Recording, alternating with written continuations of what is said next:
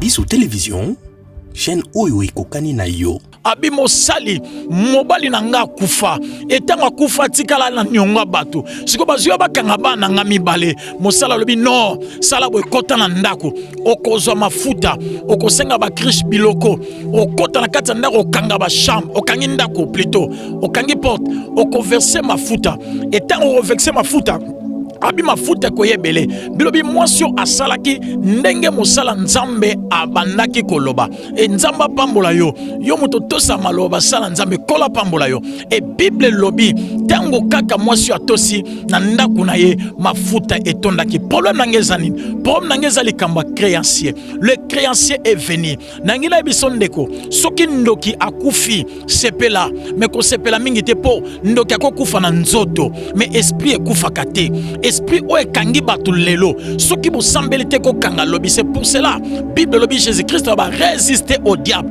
il fuira loin de vous habite ka kufa mais a okima musika na bino nangina loba boy ezala ba famille oyo les créanciers zoati lelo yo moto zolandanga ba problème ezoyela yo tamusu ezala les créanciers par rapport à ba alliance au papa kotaka par rapport à alliance au maman kotaki ba salama kelemba butu ba sala ba réunion butu bakota makamba butu basala ba maloba sans le savoir bateka ba famille pour la richesse mais lelo bango bazate yango na lelo zo sibi ndeko za ba famille o bazo vivre via réclamation tant musozo landanga oza réclamer non peso bita pour comprendre comment muto ko za la réclamer et nangela bisa za na batebele diable zo réclamer bango yango nangela bisa mutu moko esprit oyo bakoko na yo to papa na yo to mama na yo to banoko basalaka alliance na yango esprit ekufaka te esprit azalaka wana moto akufa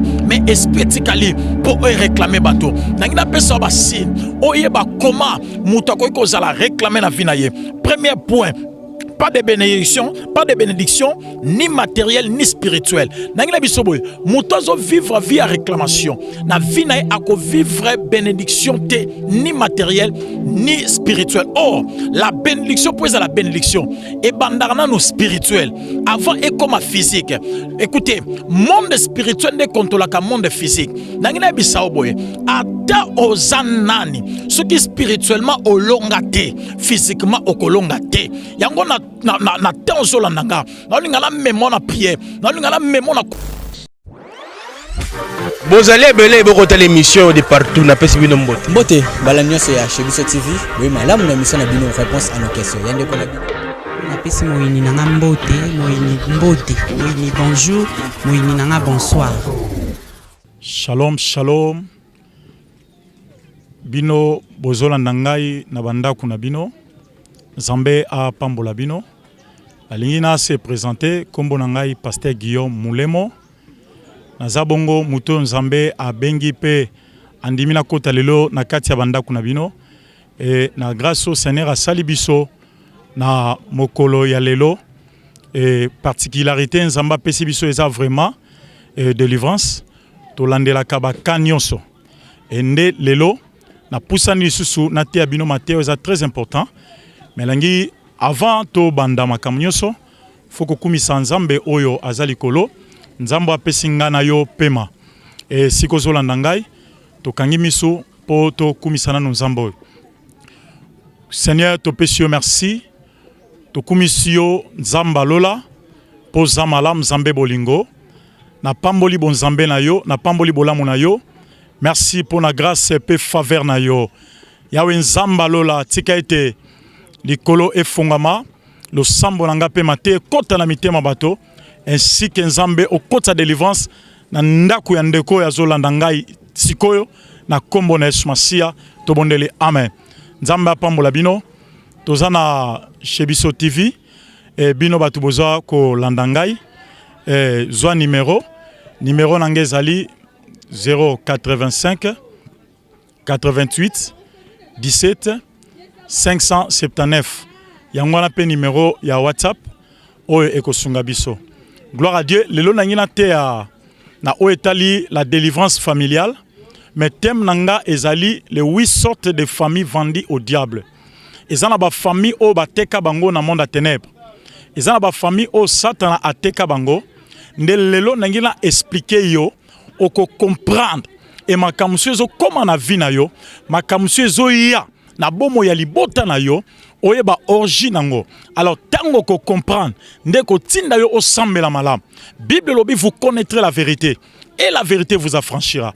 Donc pour osala affranchir, il faut d'abord oyeba vérité et ce que comprendre vérité et tango oko comprendre sambeli ne okozala affranchi. Donc lelo sur 8 familles nangina te yo famille moko et na kati ya famille na zote yo eza famille to benga famille réclamée.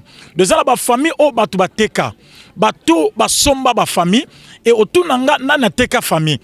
Nangina bisayo avant yo zala ezala bato ba zalaka avant yo ezala makamusu ba salaka musu salaka par ignorance musu sala on a conscience pire musu salango asalango pour alinga kiazala riche un jour mais lelo ememi ba préjudice na kati ya ba famille lelo ememi passe na kati ya mabota na mbande comme une fois na Angola nazo sambela baye kotika ye na bonde la pona ye to solo na ndeko na bisinga bi papa j'ai un problème na bise problème ezani ya bisinga boye na kati ya famille nanga koko na ngai abanda ko salisa bato maladie moko na mboka na bango babenga ngo maladie makita ezaki maladie moko ezaki so muto azana problème ya kuki et soki kaka sali ba cérémonie e bandaki ko kolongwa azo salisa bato bazo kende.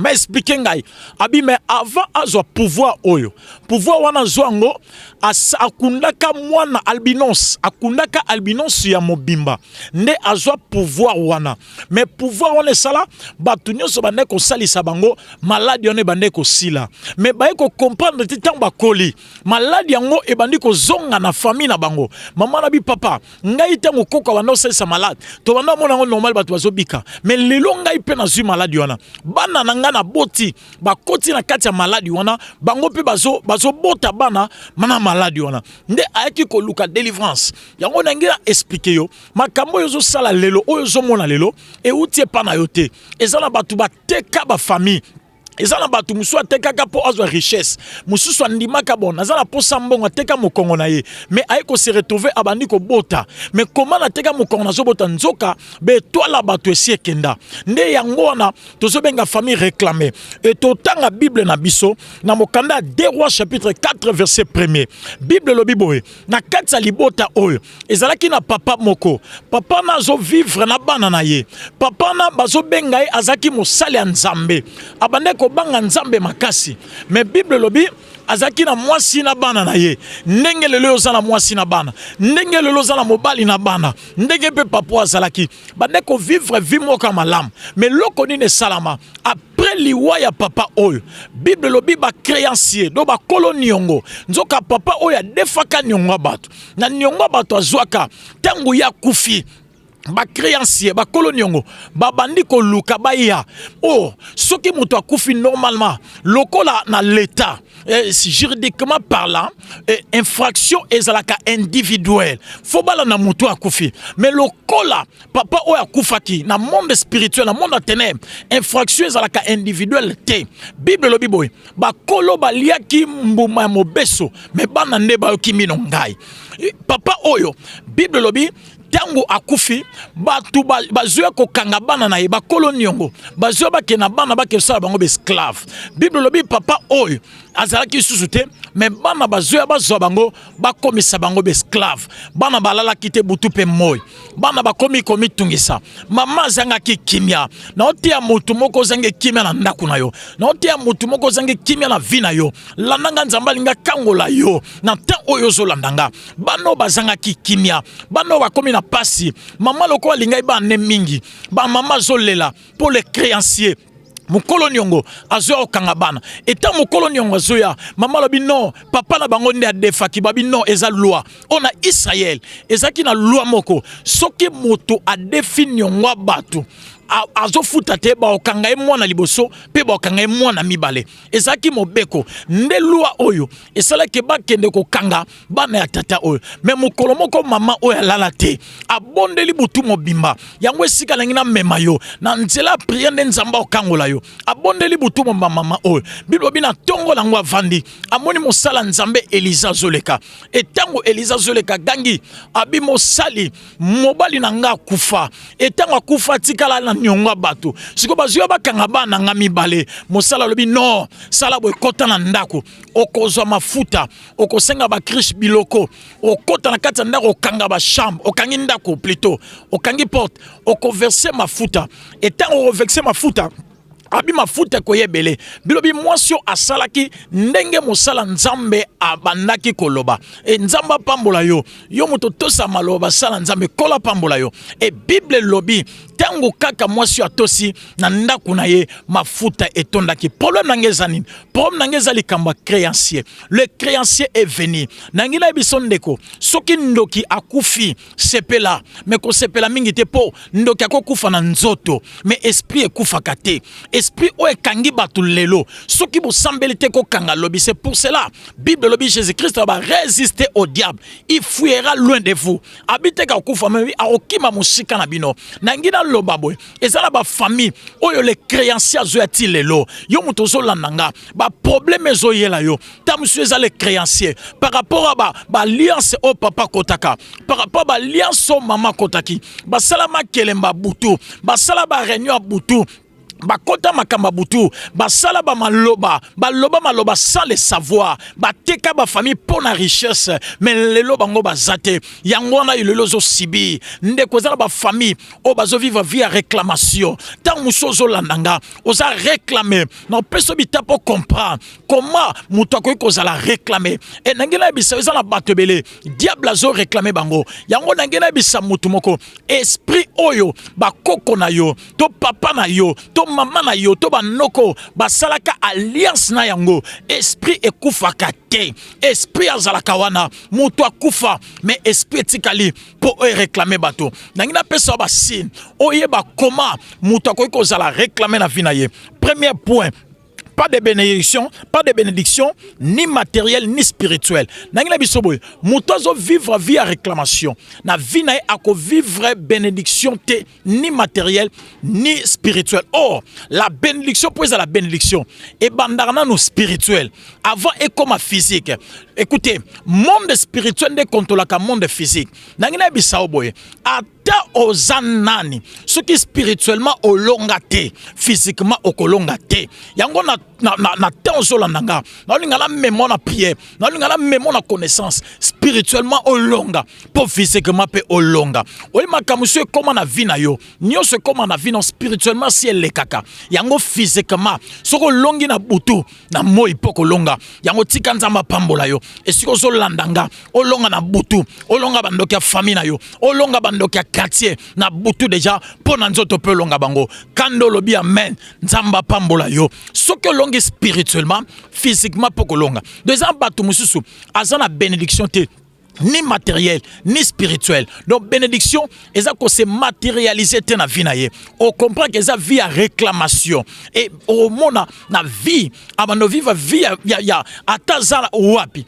atazala pays mususu atazala pays étranger au monde ya lela kaka ye pasi kaka vinanga no suka wapi ba problème ezola nanga nazo mona makambo ezo simbate. On comprend que ça ba réclamation et réclamation ko utie pa na yote ta monsieur uti na barrière para na yo ta monsieur tina ba obazala ki avayo nde yango wana o vivre via réclamation. Pourquoi pour mutu moko ateka ka famille tamsu na erreur tamsu ateka famille na conscience paye nde yango bo mona réclamation et cause la spirituelle paix physique ezala batu mususu azakutu na pays étranger à cause en États-Unis ma comment kana posa zonga ne Congo azoka posa akenene mbazonga mboka village natal ozo comprendre que ezala ba esprit o ezokene ko réclamer et nde yango wana na ebisio pour comprendre ba réclamation tikanzamba kata ba réclamation à vinayo tikanzamba kwesa ba réclamation ya libotano. Deuxième point On comprend que na kati famille oza réclamer boba no vivre même maladie, ba maladie répétée. Boza la maladie ya kombo ya famille, boza kana rhumatisme à famille. On comprend que ça ba réclamation. Toko ko bela biso nyonso, mais toko ko zala maladie mon côté. Na ngina biso na domaine de délivrance et loko nyonso ya ka répétition. Oui, ça mi pa yaya, et ça mi pa ya liboso, et ça mi pa ya mi balé, yaya mi sato et commis déjà ma bé. Donc, dans le domaine de la délivrance, c'est ça, bongo. Alors, Bible lobby boy. Écoutez, là, on a malam. Et si on comprend la maladie, ils ont répété. Ils ont s'est répété. Ils ont la qui sake. Ils ont déjà une anomalie. Réclamation, ils ont. Nabi famille, moi, babotama 8. Babotama 8. Na kati famille, na papa, na maman, baleka na opération. Bango nion so baleka na opération. Moi, na bango ya suka uta baleka na opération nene. Baba neka ko sauter, ba sa ba je. Ba sauter ba mi, mais etango kwei. Ake kwei la loboko ya brouette. Et tout est dans libumo. Oh, tant le boko tout est dans le boko brouette, nzoka makile et kangami sikamoko na kati et bomi déjà et endommagé rat na kati na ye. Alors tango ba ki hôpital, na hôpital ba te babino ezo senga intervention chirurgicale. Donc accomplir opération na kati ya famille. On comprend que ba maladie répétée, maladie ni bozanango, boza ba bronchite à famille, boza ba maladie moko maladie à mot de tête ya famille. Nabi famille moko ba memelanga quelque part pona sambela pona bango ba botama bango nyoso 6 mais na kati ya famille bazana batoma boma 5 moko abima kizengi. Donc on comprendre que ça ba réclamation et ce qu'on comprend que même ba maladie répétée, maladie ozalango yaya pazaki nango, maladie ozalango mama kufela nango, maladie ozalango ndeko moka kufa nango. On comprendre que et ça ba réclamation na kati ya famille. Wana deuxième point et troisième point, l'esprit de mort. Bon, on a esprit de mort permanent. Bato baza réclamé. Bon, on vit à esprit de mort et cause la permanent. Tu ozo tambola, tu ozo lia, tu ozo lata. Oye bake oza un esprit de mort. Et na comprena raté. Et ça batu muso ozo mi kumisa. Abike ngande na zaboye. Na vina ngato botama neuf. Kaka ngamone na tikala batu nyoso bakufi. Ndeko oza na risque, oza la problème. Ta mususu kamite yoko landa. Et nangina bisamutu moko. Nangina bisamutu moko. Landa matia o nzamba zo linga mema yo na kati ya délivrance po akangola yo landa biso benga biso na 085 88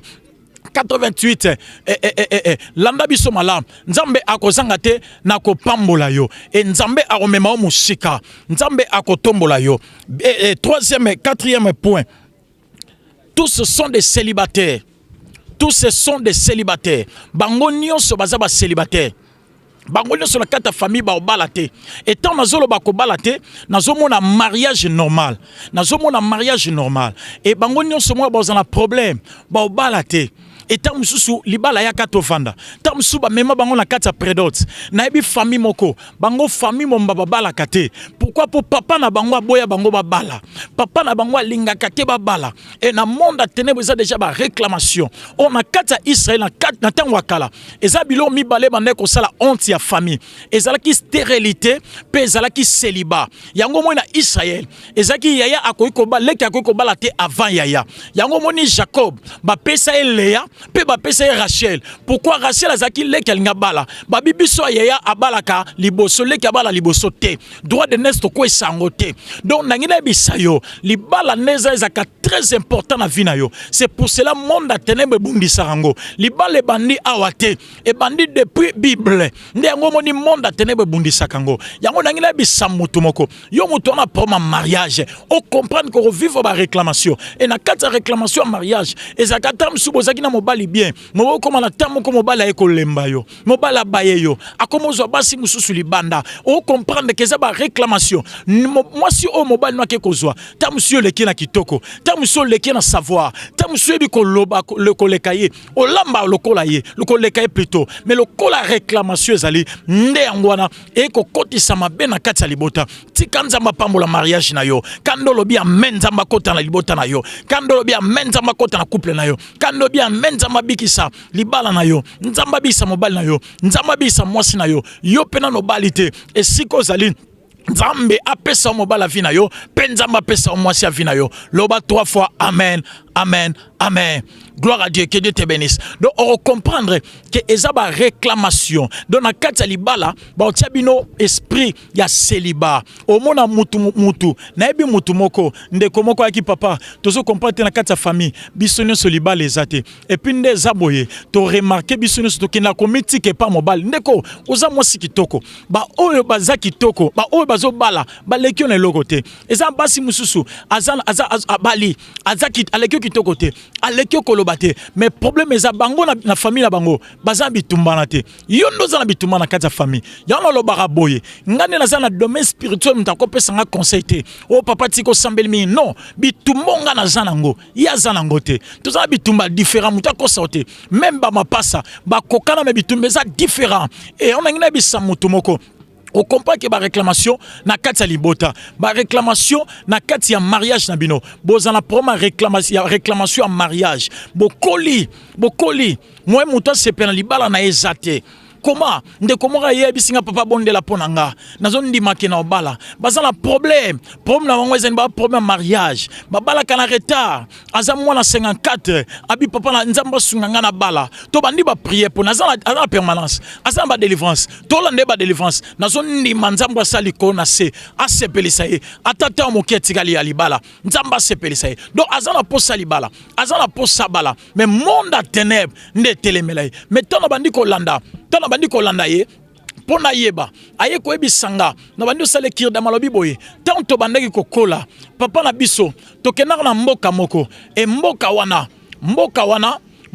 tokendaka e papa na biso nyoka banda osoba tu mingi mais tokendaka tipa nganga na azwaka ba poile nyoso nzoto pe manzaka azwaka yango azwaka yango asali yango kikuba akiatia yango quelque part na zamba mais nyoka tango le katango kaka ayoki kaka solo wana ayebaka biso nyos do bateka bango pa nyoka mais le ba komi na proma mariage ndeko tika nzamba pambola yo nangi to sambe ngana mokie na osukisa awa polo nanga malamo na osukisa wana 5e point trop de malheur ben si dans malheur ezalaming bo vanda boata bo zimbongo et puis wa malheur ngo ko ya tant boza na problème boza mpiaka boza ne lorote boza bien mais soka bo zimbongo bo mona réclamation malheur ye ba sino bona problème na parquet ba boza na problème na famille ba boza na problème momoko ta mususu mona mutu akufi na kati ya famille trop de malheur ya ona ngito sambela ngana yo tika nzambe apambola yo muto zolanda ngai obengi biso na 085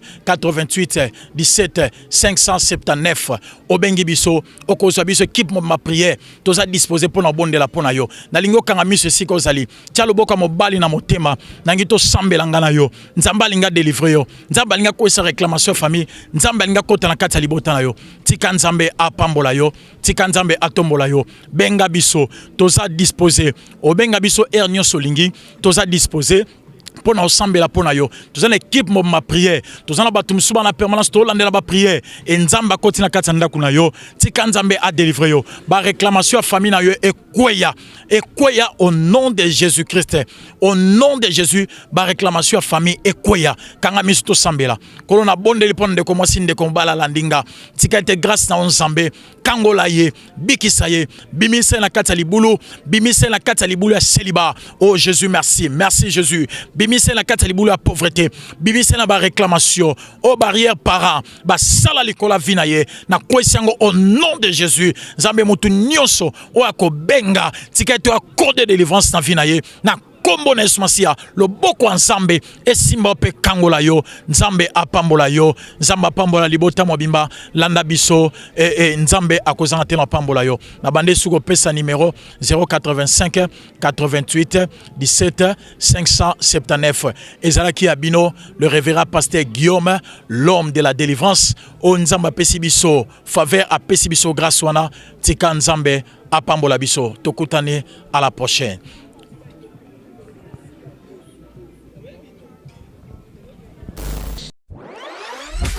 Bozali ebele bokota l'émission de partout na pesi bino mbote bala nyonso ya Shebiso TV oui malamu na mission na bino réponse à nos questions yande ko na bino na pesi moyini nanga mbote moyini bonjour moyini nanga bonsoir